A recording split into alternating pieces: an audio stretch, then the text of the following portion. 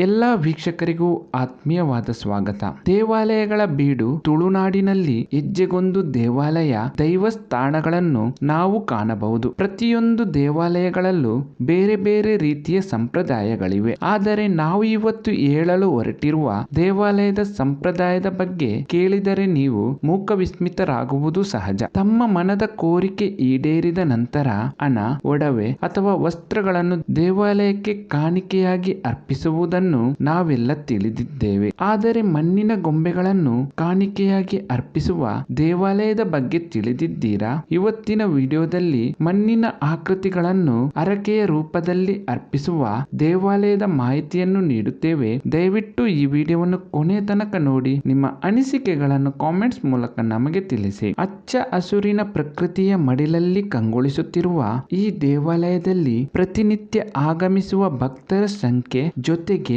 ಹರಕೆ ಬನದಲ್ಲಿ ತುಂಬಿಕೊಂಡಿರುವ ರಾಶಿ ರಾಶಿ ಮಣ್ಣಿನ ಗೊಂಬೆಗಳು ಈ ಕ್ಷೇತ್ರದ ಮಹಿಮೆಯನ್ನು ನಮಗೆ ತಿಳಿಸುತ್ತದೆ. ಇಲ್ಲಿರುವ ದೇವರು ಪ್ರತ್ಯಕ್ಷವಾದ ಸ್ಥಳ ಎನ್ನುವ ಜಾಗದಲ್ಲಿ ನಿಂತು ಪ್ರಾರ್ಥನೆ ಸಲ್ಲಿಸಿದರೆ ಸಾಕು, ಕೆಲವೇ ದಿನಗಳಲ್ಲಿ ಭಕ್ತರ ಮನದ ಕೋರಿಕೆ ಈಡೇರುತ್ತದೆಯಂತೆ. ತಮ್ಮ ಮನದ ಕೋರಿಕೆ ಈಡೇರಿದ ನಂತರವೇ ಈ ಕ್ಷೇತ್ರಕ್ಕೆ ಮಣ್ಣಿನ ಗೊಂಬೆಗಳನ್ನು ಹರಕೆಯಾಗಿ ಒಪ್ಪಿಸಬಹುದು. ಮಾನವನ ಆಕೃತಿ, ಮಗು, ತೊಟ್ಟಿಲು, ಕೈ, ಕಾಲು, ಕಣ್ಣು, ಕಿವಿ, ಮೂಗು, ಹಣ, ವಾಹನ, ಮನೆ, ಪ್ರಾಣಿ, ಪಕ್ಷಿಗಳು ಎಲ್ಲ ರೀತಿಯ ಗೊಂಬೆಗಳನ್ನು ಹರಕೆಯಾಗಿ ಒಪ್ಪಿಸಲಾಗುತ್ತದೆ. ದೇವರು ಪ್ರತ್ಯಕ್ಷವಾದ ಸ್ಥಳದಲ್ಲಿ ನಿಂತು ಆರೋಗ್ಯದ ಸಮಸ್ಯೆಗಾಗಿ ಪ್ರಾರ್ಥಿಸಿದರೆ ಸಮಸ್ಯೆ ನಿವಾರಣೆಯಾದ ನಂತರ ಮಣ್ಣಿನಿಂದ ಮಾಡಿದ ಮಾನವನ ಆಕೃತಿಯನ್ನು ಈ ಕ್ಷೇತ್ರಕ್ಕೆ ಒಪ್ಪಿಸಬಹುದು. ಸಂತಾನ ಭಾಗ್ಯಕ್ಕಾಗಿ ಪ್ರಾರ್ಥಿಸಿದರೆ ಮಣ್ಣಿನ ತೊಟ್ಟಿಲನ್ನು ಅರ್ಪಿಸಬಹುದು. ಹಣಕಾಸಿನ ಸಮಸ್ಯೆಗಳು ಕಾಡುತ್ತಿದ್ದಲ್ಲಿ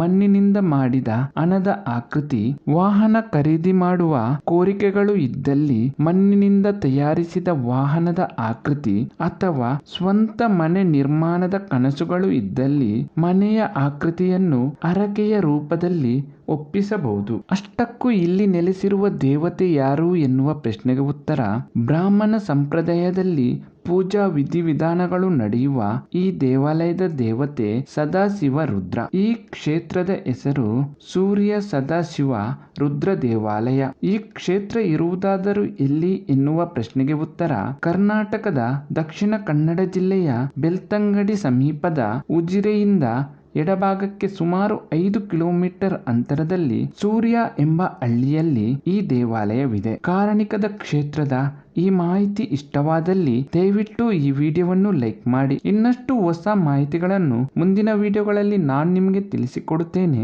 ಎಲ್ಲಾ ವೀಕ್ಷಕರಿಗೂ ಧನ್ಯವಾದಗಳು.